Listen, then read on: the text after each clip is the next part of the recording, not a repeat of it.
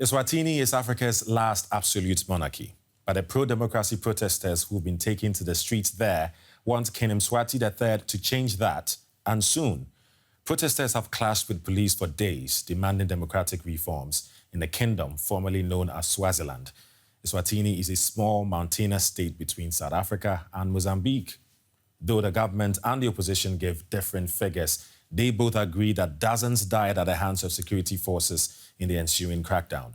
The turmoil prompted the government to impose tight restrictions on the population, partly justified on the grounds of the fight against the coronavirus pandemic. But the measures, including school closures and a curfew, only seemed to heighten tensions. Shops and businesses set on fire. Chaos on the streets, roads blocked and stores looted. These were the scenes as anger boiled over among protesters calling for democracy in Eswatini. We are the youth of Swaziland, and we are so much depressed by the government. Whichever time, our government is not being fair.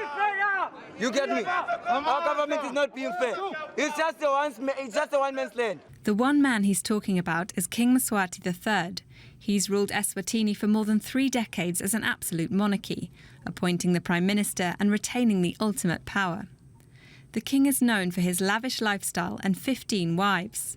He's also been accused of repressing any opposition, but there's growing demand for change. Us as young people of the land, we don't want the king to be part of the government. And if you want to be part of the government, he must first be a citizen like the rest of us and go to work like every one of us. So that is why the people are in the land of the country, are on the streets, making sure that the business operations of the land until we attain freedom. Many of the businesses targeted in the latest wave of protests have links to the royal family. Eswatini's government imposed a curfew and called for calm.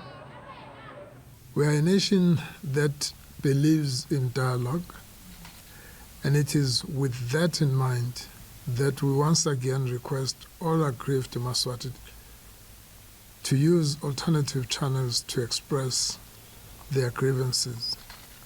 Government has opened an email address where Mswati can continue to direct their concerns and petitions. Security forces were sent in to deal with the unrest, and opposition groups say several dozens of protesters were killed. The UN has called the crackdown deeply concerning. Amid a tense calm, there are fears there could be more bloodshed to come. My next guest spent a year behind bars in Eswatini jail for contempt of court after he criticized Swaziland's judicial system. Now, Amnesty International declared him a prisoner of conscience. Introducing the prominent human rights lawyer, Thulani Maseko. Hello, sir. Thanks for joining us. You are the chair of the Multi-Stakeholders Coordinating Team, an umbrella group. What do you represent, or who do you represent, and what exactly are you calling for? Thank you. The group represents all the political parties of Swaziland. There are about 7 of political parties currently in the group. We also represent the sectoral civil organization in Swaziland. We lead your women, your youth, the disabled people, and the rest of the groupings in Swaziland who are calling for change. The simple call that we are making as a group is the transition of the country into a multi-party dispensation under a democratic constitution where the monarchy shall be clearly defined in that new constitution. One key issue is that protesters have a challenge with the king and the power he wields. Some want him to step down. What do you expect him to do? There is no call as yet for the king to step down.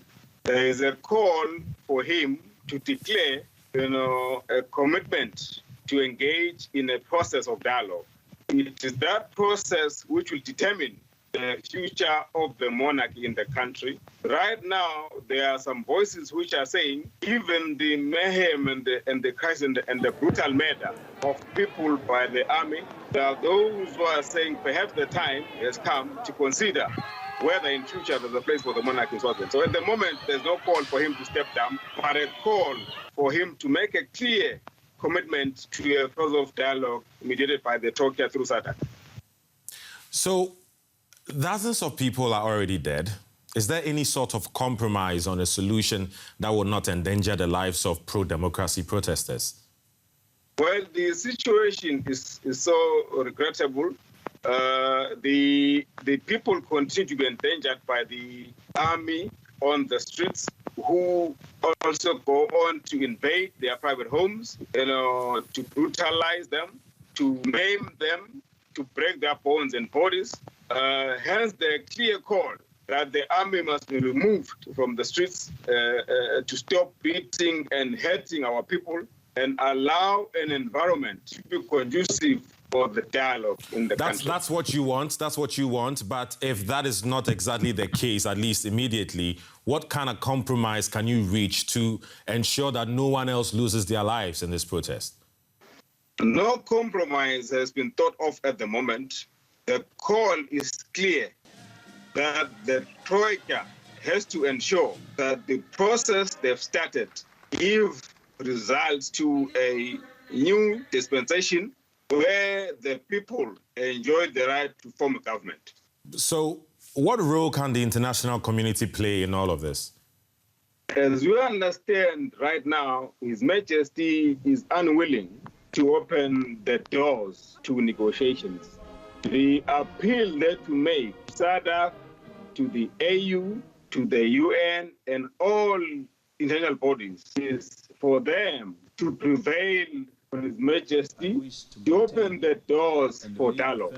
There is no other way in which the crisis can be resolved other than sitting down in our diversity and conceive and craft a way forward for the country. That is our call to the world, to intervene here and persuade His Majesty to see that there is more wisdom sitting down and talking as opposed to arms on the defenseless and unarmed people of Swaziland. Mr. Maseko, you were jailed simply for criticizing the judicial system.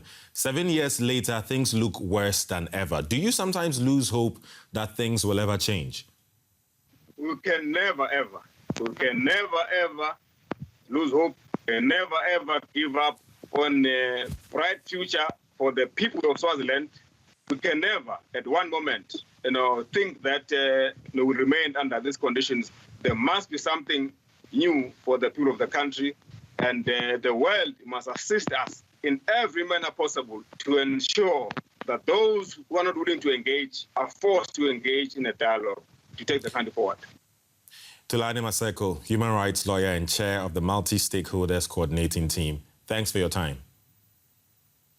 Thank you so much. Thank you very much.